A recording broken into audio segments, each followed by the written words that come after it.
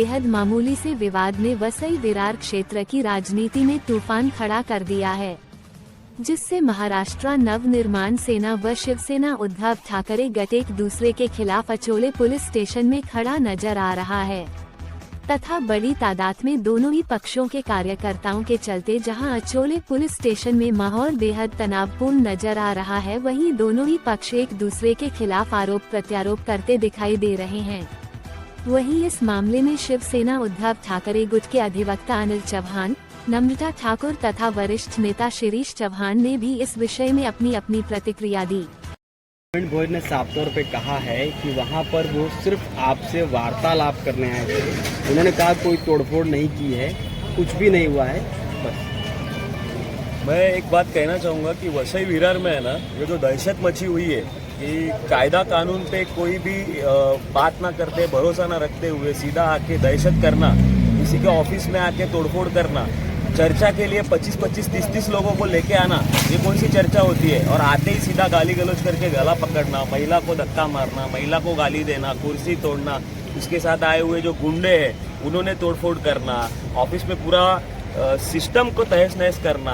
ये तो मेरे भाई ने पुलिस को बोला, 112 पे कॉल करके पुलिस आई, खुद पीआई जो यहाँ के वलवी है वो खुद आए, एक पीआई नरोटे करके आए, 2 हेड कांस्टेबल आए, 4 से 5 पुलिस आई, उनके सामने सब ये हो रहा था। वो भी 5 मिनट में पहुंची, उनके सामने ये हो रहा था। अगर मैं झूठ बोलूं तो यहाँ के पुलिस झूठ नहीं बोलेगी। उन्होंने सारे सबको बाहर निकाला, उनके सामने गाली गलौज, मुझे मारने की धमकी। मैं इतना ही कहता हूँ, वसई विरार में एक पक्ष मन से ऐसा हो रहा है कि उनको ना कायदे पे ये अपना उनको भरोसा है, ना कानून पे भरोसा है, सिर्फ अपनी दहशत मचानी है।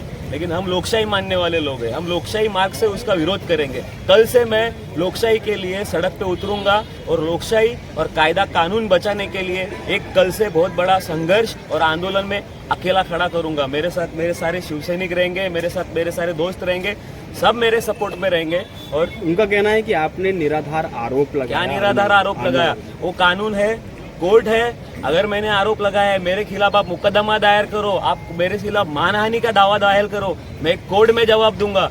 ये वकील है, ये कानून है, ये न्यायालय है, ये जज है कि ये मेरे से जवाब मांगते हैं कि 20 लाख का जवाब दो। मैं कहता हूँ मैंने उनको कहा कि आप कोर्ट में जाओ, कोर्ट में मैं जवाब दूंगा। आप कोर्ट नहीं हो और कोर्ट से बड़े नहीं हो और कानून से भी बड़े नहीं हो। ये जो दहशत मची हुई है ना वसई विरार में, एक महिला को गाली गलौज करना, धक्का मारना, जिस महिला के घर में आप पल बढ़ के बड़े हुए हो उसको अनाप शनाप बोलना, और ये कौन सी पद्धत है? इसके ऑफिस में जाके इस तरह से बातचीत करना।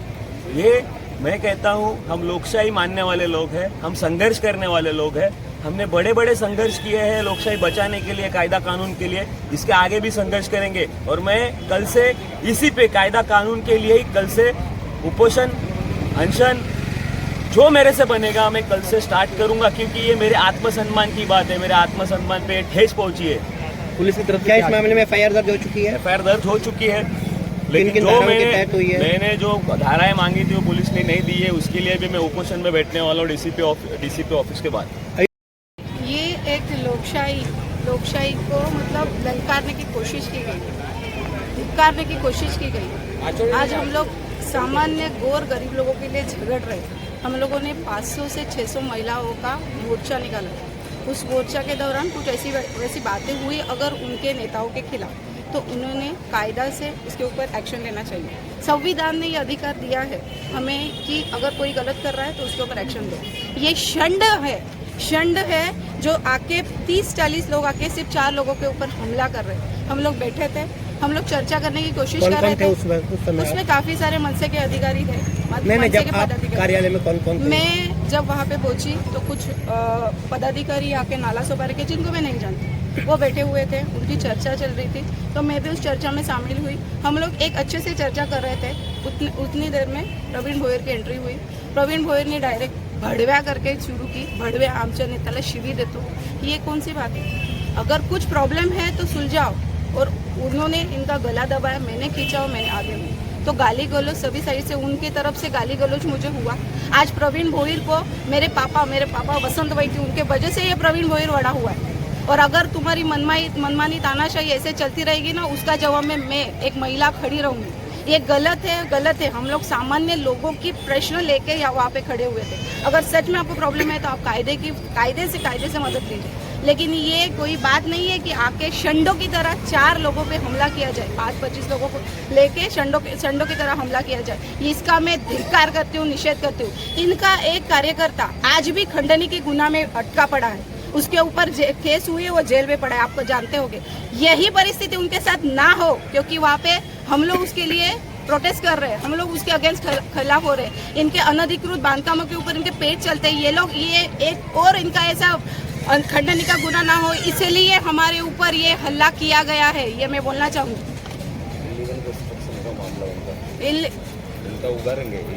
इलीगल कंस्ट्रक्शन का मामला हम लोग उगारेंगे, क्योंकि उनका एक कार्यकर्ता तो खंडनी के अंदर गया है। कंस्ट्रक्शन इनके काफी इलीगल चल रहे हैं और उनको यही डर है कि कोई उसके ऊपर कुछ कर ना दे, इसलिए आके शंडों की तरह, मैं शंड ही बोलूँगी, शंडों की तरह आके एक हमला किया है।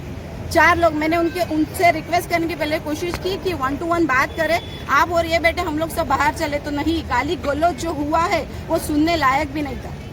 इसमें शिवसेना उद्धव ठाकरे गुट की ओर से किस तरह के सार्थक कदम उठाए जा रहे हैं अपने कार्यकर्ताओं को सपोर्ट देने में? अगर मनसे वाले ऐसा दिन दहाड़े शिवसेना के कार्यालय पे हमला करते हैं तो मेरा इनको इशारा है कि आप लोग ऐसा कमजोर मत समझो। शिवसेना के विधायक गए, लेकिन शिवसेना एक जगह पे है, इसलिए कभी भी शिवसैनिक बदलाव उसका जरूर लेंगे। और दूसरी बात, ये पुलिस वालों को मेरा कहना है कि जब मंत्री का कार्यक्रम था तब काले झंडा बता के जो कार्यकर्ता को इनके पकड़े थे, तभी ऑफिसर के खिलाफ इन्होंने वो गाली गलौज किया करके ऑफिसर को जिम्मेदार पकड़ के उनकी बदली या उनको सस्पेंड करना चाहिए करके मांग राजेंद्र कांबळे की कर रहे थे। तभी मैंने इशारा दिया था कि कांबळे ने कोई गलती नहीं किया, मिनिस्टर का प्रोग्राम उखाड़ने के लिए इन्होंने कोशिश की, उनको बंदोबस्त उन्होंने बराबर किया था और इसलिए उसके पीछे हम खड़े रहे, इसलिए उसका ट्रांसफ़र भी नहीं हुआ, उल्टा 2 साल और उनको काम करने के लिए मिला। इसलिए मेरा सीपी साहब को विनती है कि जो अभी ये गुंडागर्दी और दादागिरी मिंदे के ऊपर चल रही है और मिंदे का उनको साथ होगा तो ही पुलिस वाले इतना कानूनी उनके सामने अगर हादसा होता है तो कलम उनका उतना लगना चाहिए, उनके ऊपर कड़ी से कड़ी सजा मिलने वाला गुना दाखिल होना चाहिए और उनको तुरंत अरेस्ट होना चाहिए, यह हमारी मांग है। हालांकि इस विषय में जब मनसे नेता प्रवीण भोईर से फोन पर बात हुई तो देखिए उन्होंने क्या कहा। हेलो, भोईर साहब नमस्कार। हाँ नमस्कार।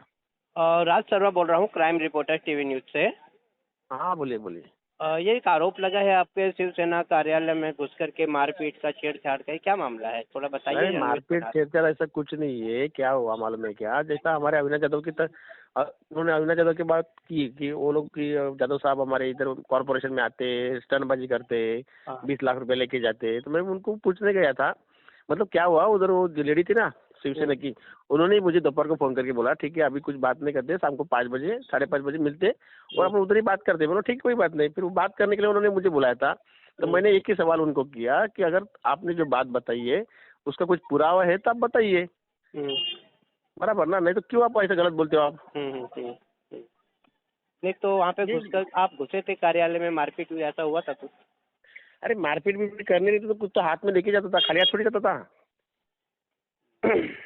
ठीक है। ऐसा कुछ था ही नहीं। उन्होंने बात करने के लिए बुलाया था, लेकिन उन्होंने आरोप किए। हम लोगों ने ऑफिस के बाहर जाने के बाद वो लोगों ने चेयर पे खुद ने अपनी उल्टी सुल्टी की, कांच वही तोड़ा होगा, वो तो नॉर्मल बात है, वो लोगों ने किया गुना दाखिल करने के लिए, लेकिन ये हकीकत नहीं है। हमको बात करने के लिए उधर बुलाया था और ये यही हकीकत है। और देखो ये बात ही हो रही थी, जहाँ फुटेज भी है, फुटेज में कहाँ दिख रहा है कोई किसी के ऊपर हाथ उठा रहा है, कोई मार रहा है। ठीक है। वहीं इस मामले में अचोले पुलिस द्वारा दर्ज की गई एफआईआर से शिवसेना असंतुष्ट थी और पुलिस का विरोध करती नजर आ रही थी।